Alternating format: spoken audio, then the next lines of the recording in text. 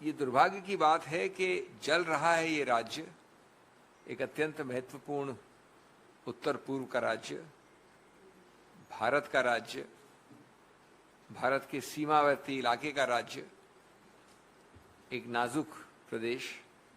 जल रहा है ये राज्य, लड़ रहे हैं आदिवासी, बह रहा है खून।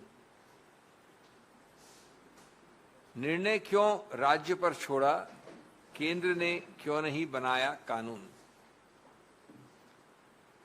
दोस्तों, हम सब जानते हैं, और इसमें मैं अपने प्रश्न और अपनी टिप्पणी करने से पहले कहना चाहता हूं कि ये पूरे देश के लिए शर्म की बात है।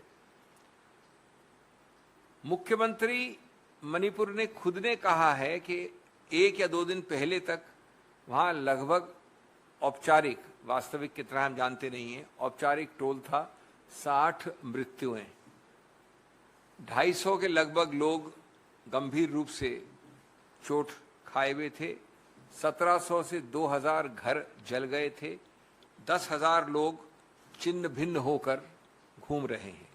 ये औपचारिक आंकड़े, आप जानते हैं औपचारिक आंकड़े और सत्य सच्चाई में कितनी बड़ी खाई होती है।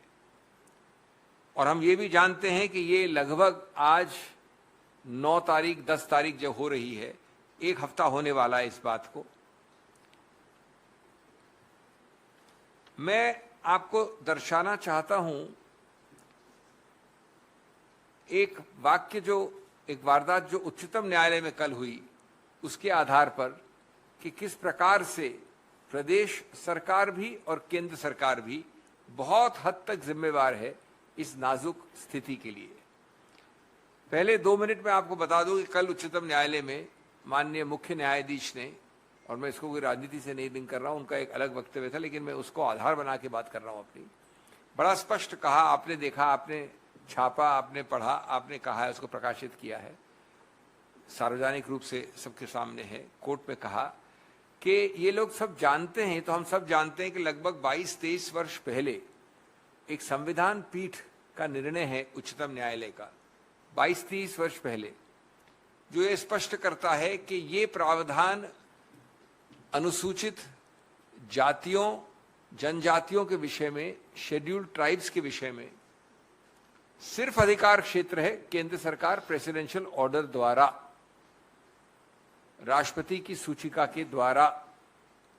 इसमें कोई अधिकार क्षेत्र नहीं है, न प्रदेश का, न प्रादेशिक स्तर के हाई कोर्ट का, उच्चतम न्यायालय का भी इस पे नहीं होता हस्तक्षेप, लेकिन उच्चतम न्यायालय एक अलग कैटेगरी में आता है, उसके कोई विशेष प्रावधान होते हैं।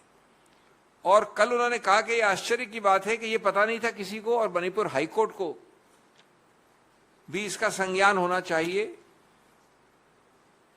Coat unquote, it is a presidential power to designate a scheduled caste और scheduled tribe. Article 342(1) is clear. और ये कहते हुए कल संविधान पीठ ने उच्चतम न्यायालय में यह भी कहा कि वो निर्णय 23 वर्ष पुराना मिलिंद नाम का एक केस था, महाराष्ट्र से आया है, जहां यही बात कही गई है।